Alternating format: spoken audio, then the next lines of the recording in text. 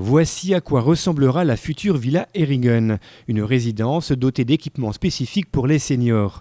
Actuellement en plein chantier, cette résidence située rue de la Paix sera la propriété de la société d'économie mixte locale, plus connue sous le nom de Société immobilière de la ville de Rombin. Son président André Vallinger, ici à gauche, et son vice-président Jean-Marie Bronsonsen, à droite, viennent plusieurs fois par semaine pour suivre l'avancée des travaux. Mais retour à l'origine du projet, pourquoi construire un tel bâtiment ? Parce qu'il y avait trop de demandes et pas assez de place, le Gué-Logis n'étant pas extensible et ne possédant pas une réserve foncière suffisante pour construire un bâtiment à côté, ou alors il aurait fallu tout détruire. Donc le choix s'est porté sur ce parc, qui avait d'ailleurs au début excellente réputation et que ça s'est dégradé. Et donc on a cherché un terrain à proximité du centre-ville, parce que les anciens ils aiment bien quand même avoir un petit peu de confort. Donc l'idée a été de venir ici. L'idée au départ remonte à 85-86 et la localisation géographique a commencé à se dessiner aux alentours de fin 2007. Alors quelles seront les caractéristiques de cette Villa Heringen ? Alors la Villa Heringen va comporter 30 logements en location, c'est pas de la propriété en location, plus un logement pour le gardiennage. Mais je tiens à préciser une chose que beaucoup de gens ont tendance à confondre, ce n'est pas une maison de retraite, ni une maison médicalisée, ce sont des appartements mis en location à des seniors.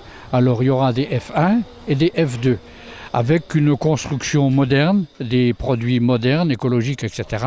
Les douches à l'italienne, c'est-à-dire plus de bacs, avec des poignées pour se relever, etc. Toutes les portes seront à dimension pour permettre l'accès aux personnes âgées et aux fauteuils. Et il y aura 2 ascenseurs. Donc tout devrait correspondre pour une bonne habitabilité du bâtiment. Si la villa est encore en plein chantier, 20 dossiers ont déjà été reçus par la société immobilière. Pour les volontaires, vous pouvez faire une demande par écrit, pas de conditions particulières, enfin si, faire partie des seniors et être autonome. Les conditions d'accès, c'est les conditions d'accès de toutes les locations privées. Il n'y a pas de sélection particulière, etc. Mais il faut quand même avoir un certain âge. Donc plutôt que de parler de personnes âgées, on va parler de seniors. Voilà. Donc il n'y a pas d'exclusif. Simplement, il faudra avoir quand même un degré d'autonomie. Et un petit degré de validité. Bon, s'il y a un couple qui vient et qu'il y a une personne qui est en fauteuil roulant, ça ne pose pas de problème, mais il faut qu'il soit autonome parce qu'il n'y aura pas de personnel à disposition sur place.